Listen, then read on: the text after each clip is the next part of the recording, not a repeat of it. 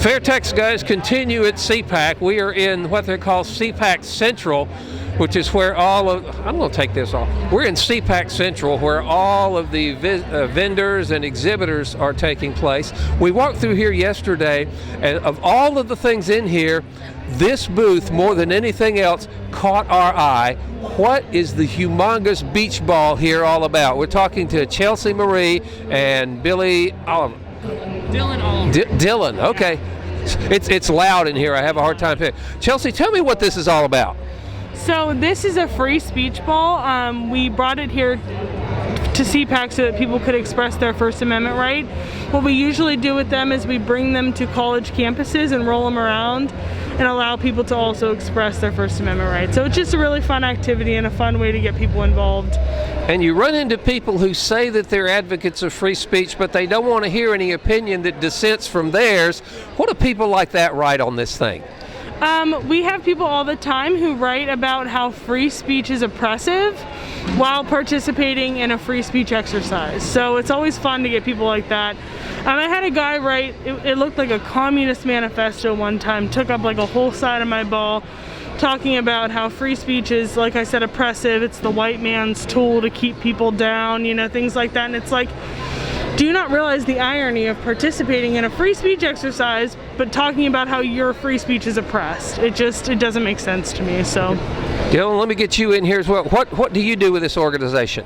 So I like to go out on college campuses because obviously universities are terrible. They're terrible to our students. They don't care about the First Amendment. And so what we've been doing is with these exercises, we're able to go out on college campuses. We're able to tell them that we're here. We're going to let students practice their First Amendment rights. And if you don't like it, that's too bad. And we have actually sued college campuses on many occasions, and we have affected positive change for free speech for 1.2 million people. Is that 1.2 million students on college campuses? Thanks to Young Americans for Liberty, we've been able to change free speech laws on multiple campuses. I think, what are we at, 72? 72 college campuses across the country have been affected because of Young Americans for Liberty in our program. Let me ask you a question. Have you ever met, in all the dealings with the young people that you do, have you ever met a young person who is a card-carrying member of the IRS fan club? No. No. Is there such a thing as an IRS fan club? I'm not sure, but I think that a lot of college students really just aren't educated enough. And so that's kind of like why we're out here, is because we have students that don't really know where they are politically. And so we're able to make them interact with our activities. We can kind of turn them over to our side of things and thinking. Do these students, you all deal with them all the time, do you think they would be accepting of a system, a tax system, that lets them bring home their entire paycheck, no withholding, you get a tax refund every month, no tax returns, the IRS goes away? Do the students out there even realize that something like that exists? No, I personally would be a big fan of that, obviously, because I don't believe the government. I think the government, all they do is take our money and waste it, right? So I personally would be a really big fan of that. But no, I don't think that the younger people, like he said, I just don't think that they're educated enough. Most of them are single issue voters. They see that, if they're like, oh, conservatives are pro-life, so we hate them, right? Like, they're single issue voters. They don't really understand the complexity of taxes and immigration and war and just spending in general, like the national debt being, what is it now, $28 trillion, and it's rising every second of every day. So I think that if we could give people that information and that outlet, and they really understood where and what their money was going to, they would be open to, lower taxes if they really understood where their money was going. So I assume you guys like the idea of the FAIRtax, or how familiar with it are you? Well, you stopped into our booth yesterday. You were very good at explaining what you guys do, and I think that you guys are awesome for everything and all the education that you provide. But yeah, I think that it's important for students to understand that their government, the government is taking their money. They're wasting it in so many different ways, and it's just not okay. When I was in college back in the Stone Age, students were just really gung-ho about changing things. They didn't like the status quo. They wanted everything changed.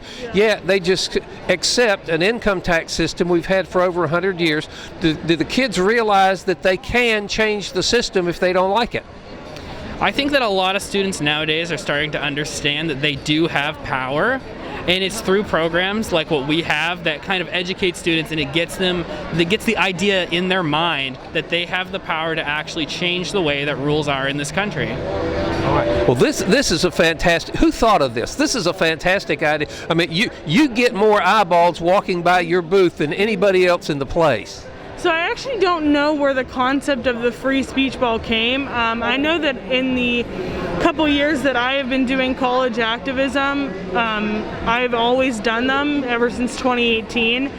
So I think that people just were trying to find an outlet to really engage people, and somebody one day was like, why don't we roll around a 6-foot beach ball and get people engaged? So yeah, no, it's a really great activity, and the good thing about it being at CPAC is that anybody can participate, not just young people, really anybody can.